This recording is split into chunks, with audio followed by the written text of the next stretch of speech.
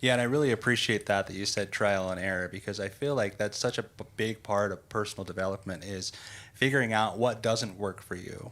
But I think, the other part is just willingness, right? Like I have to be open-minded and willing to try just about anything. And then I'll get to decide, as I move through it, what's going to work and what's not going to work. But if I can be open-minded enough and willing enough to try these Right. things, then I'll likely find something that's going to work for me that I might put in column A or column B of my recovery and refer to it as needed. Yeah. Like I know in my own personal journey, like at first, when I first got out of treatment, I was a sponge, man. Like I listened to and I absorbed so much information and tried so many things that I never would have thought that I would try as far as things to help me grow in a positive way. Now I'm far enough down the road that like I look at some of those things and I'm like, man, that wasn't really for me. But like I was willing to try them, right? And so I think that the important part is being willing to try those things and discover for yourself like what's going to help you continue to grow and what's not.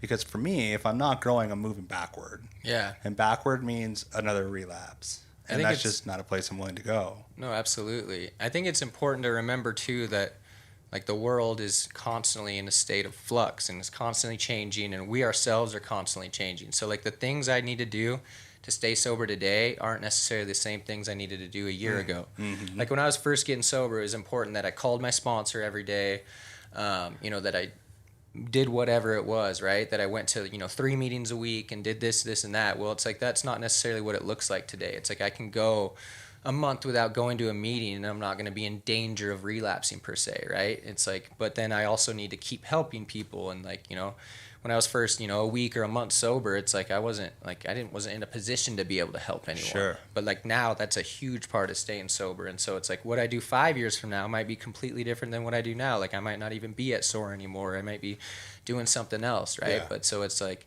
you can't stay too attached to like whatever it is because things are constantly going to change. But it's like the action doesn't matter nearly as much as the principle, Yeah. right? Like the principle is the driving factor of what continues to help us develop in our sobriety, in our spirituality, in our lives as whoever it is we are, and whatever it is that we're trying to accomplish through this one life that we have, which is hopefully fulfillment and helping other people Yeah. to do the same thing. So Yeah, so I like what you said, because I think giving back and like being of service and helping other people is a huge part of my recovery, and I almost think that's like a universal truth that people in recovery need to do that in some form or another in order to stay sober. And it doesn't have to look like the 12th step where you're sponsoring people and leading them through the program, but it can look like freaking helping your neighbor shovel his driveway or take out the trash, or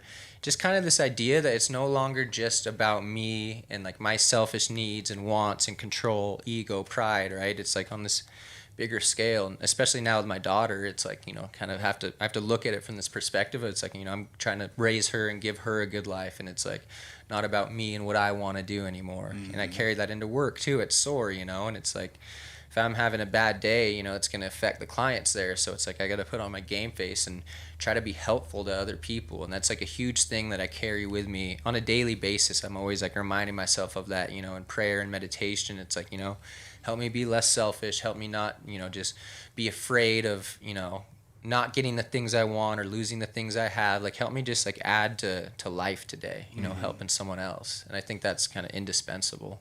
for sure.